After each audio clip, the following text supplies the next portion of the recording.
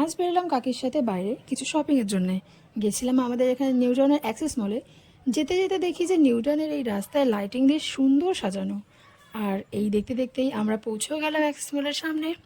এই যে এত বড়ই হলো এই নিউটাউনের অ্যাক্সেস মলটা। আর তাছাড়া এর মধ্যে রয়েছে বায়োস্কোপ আর স্নো পার্কও।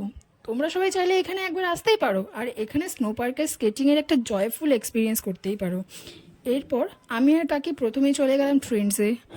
আর এখানে সব কালেকশনগুলো বেশ সুন্দর বড়দের জন্য, কিন্তু বাচ্চাদের জন্য সেরকম আমাদের ভালো লাগলো না। তো এবার গেলাম স্টাইল বাজারে। আর এখানে গিয়ে ছোটোদের ড্রেসগুলো আমার আর কাকির দুজনেরই বেশ ভালো লাগলো, যার জন্য এখান থেকে কিছু ড্রেস নেওয়ার পর আবার গেলাম বাজার কলকাতায়। আর এখান থেকে আরও কিছু ড্রেস কিনলাম। আর এরপর এই যে দাঁড়িয়ে পড়লাম বিল কাউন্টারের এখানে। এই যে শপিংটা আজকের। আর বেশ রাতও হয়ে এসেছে, তো চলে যাওয়া যাক বাড়ির দিকে। এই যে এই সব হলো এই সামনের শীতের জন্য কেনা জামা আর প্যান্ট, তার সাথে কিছু ক্লিপস আর রাবার ব্যান্ডসও। তো আজকের জন্য এই মিনি ব্লগটা এখানেই শেষ।